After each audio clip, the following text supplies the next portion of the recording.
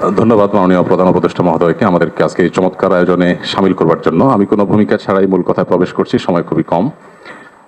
আমাদের এই ছোট্ট এবং ক্ষুদ্র বাংলাদেশে ছোট বড় অনেক সমস্যাই আমাদের আছে। আমাদের এখানে গ্রাম থেকে শহরে ভাই ভাই যে কলহ হয়, কোন্দল হয়, সেটা পৃথিবীর অনেক দেশে কিন্তু হয় না। এই বাস্তবতাকে আমরা মনে হয় কেউই অস্বীকার করতে পারবো না। আমাদের এখানে যে রাজনৈতিক কোন্দল হয়ে আসছে 50 বছর ধরে, পৃথিবীর অনেক দেশেই কিন্তু সেটি হয় না। আমাদের অন্য যত কলহ, কোন্দল, অসম্প্রীতি এ জাতীয় যে সকল বিষয় আছে যেগুলোর আমরা সবাই সমাপ্তি কামনা করি, সেগুলোর সাথে যদি আমাদের দেশের ধর্মীয় সম্প্রীতিকে আমি তুলনা করি, আমি এদেশের একজন নাগরিক হিসাবে আমি মনে করি যে আমাদের রাজনৈতিক কলহ, ব্যক্তিগত কলহ, পারিবারিক কলহের তুলনায় আমাদের দেশের ধর্মীয় কলহ উল্লেখ করবার মতো আছে বলে আমার কাছে মনে হয় না। অবশ্য এটি আমার মনে হওয়া না হওয়াতে কিছু আসে যায় না। এটি আমাদের সম্মানিত অন্য ধর্মাবলম্বী যে সমস্ত আমাদের বন্ধুরা আছেন, ভাইরা আছেন, শ্রদ্ধেয় ব্যক্তিবর্গ আছেন, এটি তাদের আমার মনে হয় বলতে হবে। আমি শুধু এটুকু বলবো যে 5ই আগস্ট আমার ফেসবুক পেজে কয়েক মিলিয়ন ফলোয়ার্সকে লক্ষ্য করে আমি একাধিকবার লাইভে এসেছি, যেটা আমার দীর্ঘ 10-12 বছরের সোশ্যাল মিডিয়ার ইতিহাসে কখনো আসেনি। প্রত্যেকটি লাইভে আমি চেষ্টা করেছি এদেশের সর্বশ্রেণীর সাধারণ মুসলমান সহ অন্যান্য ধর্মাবলম্বীদেরকে শান্ত রাখবার আহ্বান করার জন্য। চট্টগ্রামে যখন আইনজীবী আলিফ হত্যাকাণ্ড ঘটলো, সাথে সাথে আমি আমার দায়িত্ব থেকে নিজে এবং অন্যান্য আলেম ওলামাদের সাথে কথা বলেছি। আমি যতটুকু জানি এখানে অনেক সিনিয়র ব্যক্তিবর্গ আছেন, ওলামা ইকরাম আছেন। এদেশে ওলামা ইকরাম সবসময় সম্প্রীতি এবং শান্তি বজায় রাখার জন্য তারা কাজ করে চলেছেন।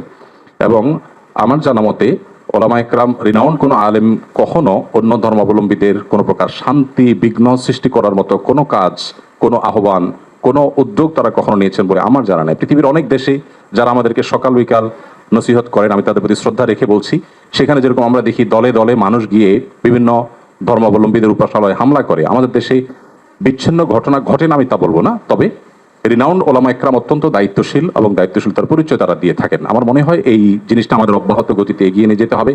আমি আমাদের অন্য ধর্মাবলম্বী যে বন্ধুরা আছেন, ভাইরা আছেন, তাদেরকে বলবো প্রপাগান্ডায় আমরা যেন কোনোভাবে কান না দেই। আপনারা যদি কখনো সমস্যা বোধ করেন, আমি ব্যক্তিগতভাবে বলতে পারি আমার কথা। 5ই আগস্টে একটি হিন্দু পরিবার একজন মেজরের মাধ্যমে আমার সাথে যোগাযোগ করেছিলেন। আমি আমার সাধ্য অনুযায়ী তাদের নিরাপত্তার জন্য আমাদের যে সমস্ত ভাই বন্ধু আছে তাদের দিয়ে খুলনার একটি জায়গায় আমি ব্যবস্থা করেছি। আমার মনে হয় বাংলাদেশের যত বড় মাদ্রাসা আছে এখানে সব নেতৃত্বশীল ওলামা ইকরাম আছেন।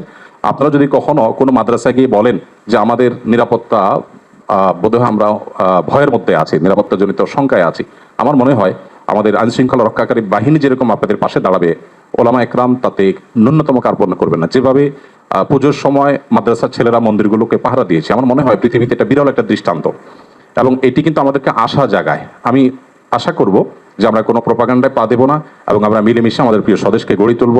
আমরা যে যে ধর্মে বিশ্বাসী হই না কেন, প্রিয় স্বদেশটা আমাদের সকলের। আমাদের স্বদেশে কোনো কালিমা লাগুক আমরা চাই না। আমরা সকলের সম্মিলিতভাবে ঐক্যবদ্ধ থাকতে চাই, ঐক্যবদ্ধ রাখতে চাই।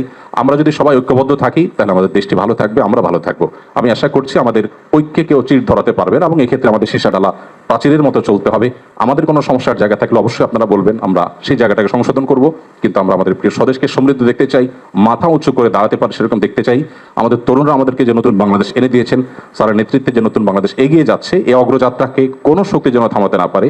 আমার মনে হয় ধর্ম বর্ণ নির্বিশেষে আমাদের প্রত্যেকেরই ঐক্যবদ্ধ থাকার, ঐক্যের শপথ নেওয়ার সময় এখন সবচেয়ে গুরুত্বপূর্ণ। সে বিষয়টি আমি সবার নজরে এনে আমি আমার বক্তব্য শেষ করছি। ধন্যবাদ সবাই। আসসালামু আলাইকুম। সংক্ষেপে 2 মিনিট 3 মিনিট, এখন প্রায় শেষের দিকে চলে আসছে তো।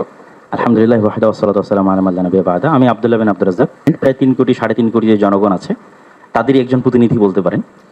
তো এই মোটামুটি সংক্ষিপ্ত পরিচয়। আমার কথা হচ্ছে আজকে যে বিষয়টি নিয়ে এখানে আমরা আলোচনায় বসেছি, এটির যদি আমরা মূলে হাত না দিই, আসল জায়গায় যদি হাত না দিই, তাহলে এটিকে সমাধান করা সম্ভব নয়। বাংলাদেশে যে সকল ধর্মের মধ্যে সম্প্রীতি বিরাজ করে তার সবচেয়ে বড় উদাহরণ হচ্ছে সাইফুল ইসলাম আলিফ হত্যার পরও বাংলাদেশে কোথাও কোনো প্রকার দুর্ঘটনা সংঘটিত হয়নি এবং সকল আলেম ওলামা নিজ নিজ জায়গা থেকে, আমি আমার জায়গা থেকে, সকল জ্ঞানীগুণী আলেম ওলামা নিজ জায়গা থেকে ফেসবুকে বক্তব্যে সবাইকে শান্ত থাকার আহ্বান করেছে। সুতরাং আমাদের দেশে সাম্প্রদায়িক সম্প্রীতি আছে, কথা শতভাগ সত্য। তারপরও আমাদেরকে বসতে হচ্ছে কেন? ওই জায়গায় আমাদের হাত দিতে হবে। আমরা আসলে ভূ রাজনৈতিক আন্তর্জাতিক রাজনীতির শিকারে পরিণত হয়েছি। এই জায়গায় যদি আমরা সমাধান করতে চাই তাহলে আমাদেরকে লক্ষ্য রাখতে হবে বড়। লক্ষ্য বড় রাখলে স্যার আপনার জন্য এটি সমাধান করা সুবিধা হবে। সেই বড় লক্ষ্যটি হচ্ছে প্রকৃত অর্থে আমাদের পার্শ্ববর্তী দেশে সংখ্যালঘুরা নির্যাতিত। পৃথিবীর ইতিহাসে কোথাও এখন পর্যন্ত কোনো ইবাদতখানা এভাবে ভাঙ্গা হয়নি যেভাবে আগামী 6 নভেম্বর শুক্রবারের দিন বাবরি মসজিদ আজ থেকে 50 বছর পূর্বে ভাঙ্গা হয়েছে। পুলিশ হেফাজতে যেভাবে মুসলিমদের হত্যা করা হয়েছে, মুসলিম এমপিকে, রানিং এমপিকে, এভাবে কোথাও হয়নি। এরকম আরো অসংখ্য ঘটনা আছে যেটা আমাদের পার্শ্ববর্তী দেশে প্রকৃত অর্থে সংখ্যালঘুরা নির্যাতিত। আমাদের দায়িত্ব মানুষ হিসেবে এবং তাদের পার্শ্ববর্তী দেশ হিসেবে, এবং 47-এ আমরা যে ওয়াদা দিয়ে এই দেশটাকে স্বাধীন করেছিলাম, সেই ওয়াদা রক্ষার্থে আমাদের দায়িত্ব হচ্ছে আমাদের পার্শ্ববর্তী দেশের সংখ্যালঘু নির্যাতনের প্রতিবাদে আমাদেরকে আওয়াজ ওঠানো। আমাদের দেশে কোনো সংখ্যালঘু নির্যাতন নাই, কিন্তু আমাদেরকে আওয়াজ উঠাতে হবে আমাদের পার্শ্ববর্তী দেশে যে সংখ্যালঘু নির্যাতন হচ্ছে সেটি নিয়ে। এই জন্য আমি আহ্বান জানাবো আমাদের মাননীয় প্রধান উপদেষ্টার প্রতি যে তিনি যেন এই বিষয়টির প্রতি দৃষ্টি দেন, এবং সবাই আপনার সাথে আছে। গতকাল রাজনৈতিক দলগুলোকে দেখেছেন, আজকে ধর্মীয় নেতাদের দেখছেন, সকলেই আপনার সাথে আছে, এবং আপনার হাতকে মজবুত করার জন্য দেশে যে জাতিগত ঐক্য তৈরি হয়েছে এটিকে আপনি সাহস হিসেবে ধরে নিন। ধরে নিয়ে আপনি আমাদের দেশের স্বাধীনতা এবং সার্বভৌমত্ব রক্ষার জন্য আন্তর্জাতিক জগতে ফাইট করেন, এবং আমাদের যে বন্ধু রাষ্ট্রগুলো আছে সার্ককে শক্তিশালী করে, আমাদের বন্ধু রাষ্ট্রকে শক্তিশালী করে, যারা পাল্টা আমাদের উপর মিথ্যা অপবাদ দিয়ে আমাদেরকে ছোট করতে চাচ্ছে, তাদের সামনে আমাদের দেশের এই সাহস এবং সম্প্রীতিকে আপনি তুলে ধরুন। ধন্যবাদ। এতটুকু আমি আপনার কাছে দাবি জানাবো। Thank you. সর্বপ্রথম আল্লাহ রব্বুল আলমিনের শুকর আদায় করছি। আল্লাহ তালা আমাদেরকে এই গুরুত্বপূর্ণ একটা বিষয় নিয়ে ফিকির করতে বসার তৌফিক নসিব করেছেন। এরপর মাননীয় প্রধান উপদেষ্টা সহ বাকি সকলের শুকরিয়া আদায় করছি। আমি সংক্ষেপে যে কথাটা বলতে চাই, আমার নাম আব্দুল মালেক, বাইতুল মোকাররম জাতীয় মসজিদের খতিব এবং দেশের একটি প্রতিষ্ঠান মার্কাজুদ দাওয়া আল ইসলামিয়া ঢাকা, এই প্রতিষ্ঠানের শিক্ষা বিভাগীয় প্রধান। যে কথাটি আমি বলতে চাচ্ছি সেটা হলো, সম্প্রীতি যদি আমরা চাই, আছে আলহামদুলিল্লাহ, এটাকে যদি বাকি রাখতে চাই, তাহলে সম্প্রীতি যারা নষ্ট করে সেই বিষয়ে আমাদেরকে নমনীয়তার সাথে অনমনীয় ব্যবস্থা গ্রহণ করতে হবে। এখন যে সংখ্যালঘুর কথা আমরা বারবার বলছি না, ইসলামের শিক্ষা কি? ইসলাম বলে, আবু বকর রাদিয়াল্লাহু তাআলা আনহু প্রথম খলিফা নবী করিম সাল্লাল্লাহু আলাইহি ওয়াসাল্লাম, উনি বলেছিলেন, তোমাদের মাঝে যে সবচেয়ে বেশি শক্তিশালী সে আমার কাছে দুর্বল যদি সে জালেম হয়, আর যে সবচেয়ে দুর্বল সে আমার কাছে সবচেয়ে বেশি শক্তিশালী যদি সে মজলুম হয়। এটা হলো বিষয়, জালিম এবং মজলুম।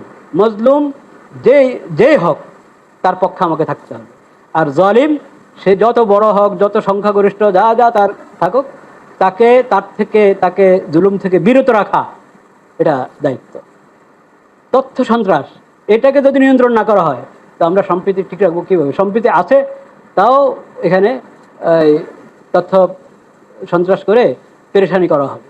এটার ব্যাপারে অনমনীয় হতে হবে তথ্য সন্ত্রাসের বিষয়। আর